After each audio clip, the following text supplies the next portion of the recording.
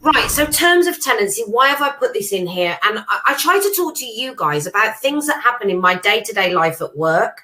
And in my day-to-day life at work, you only learn from lessons that happen. And very recently, unfortunately, one of the properties that we manage has had a fire. And it was quite sad, actually. Sad for the tenants, their home up in flames, their belongings, having to get their children out in the middle of the night. But it's also, of course, sad for the landlord as well. You know, their property is damaged and so forth. The reason I'm mentioning this is because this landlord did not have a frustration of contract clause in their tenancy agreement. And they needed one, because in the event of something like this happening, you can end a tenancy there's 3 ways you can end a tenancy: by negotiation, by effluxion of time, which is that the contract has been completed, or by frustration, or by notice, of course, termination. So 4 ways: termination, negotiation, effluxion of time, or frustration. And a contract becomes frustrated when either party cannot fulfill the terms of their agreement, just quite simply through no fault of their own. And that could be a fire, a flood, the building's disappeared, it's fell down. It's not your fault as the landlord, and you can't no longer continue the tenancy. And this wasn't in the tenancy agreement, and it made matters really complicated. So guys, again, if you use an agent, just check, do they have frustration of contract? Do they have a route out for you if you need to get out under these circumstances? If you're using your own tenancy agreement, please have a look at it. If you haven't changed your tenancy agreement for years and you're using your own, please don't update it, because it has changed. You'll be using a wrong one.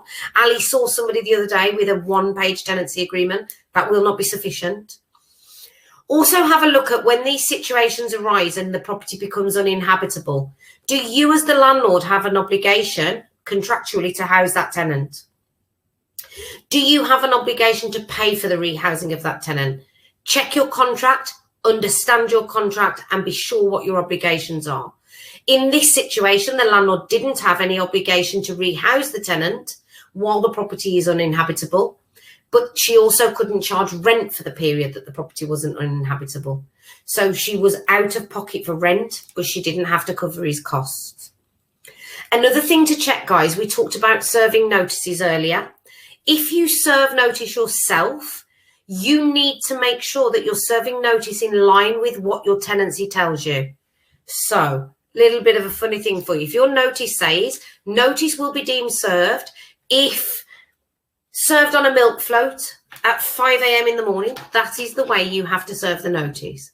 If the notice says notice will be deemed served by first class post, that is the way you have to serve the notice. If it says the notice will be served by first close. If the clause says the notice will be deemed served by first class post and you send it recorded delivery, it will not be deemed served. So please check what it states you should do. Also, look at the timescale of storing items after vacation. We've had a few instances lately where tenants have left, they've given the keys back, but they've left all their items there and said, oh, I need that to be there for a certain period of time. Or we've got times where people have abandoned and left stuff, oh yeah, I don't want that. Check your tenancy agreement to see if there's anything in there about that for those circumstances. And abandonment notices. What I want to tell you landlords is an abandonment notice is not a legal route to gain possession of a property.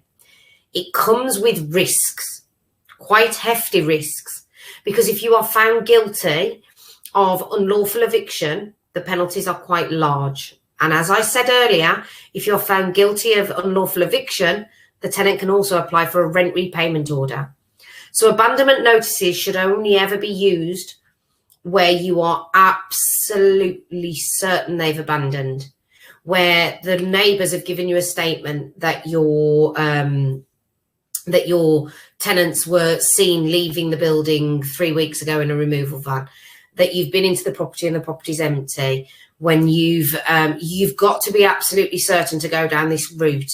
And even when you're absolutely certain, please understand it's still not a legal route. And if the tenant does pursue you, it is just merely a defence in court if the tenant tries to sue you.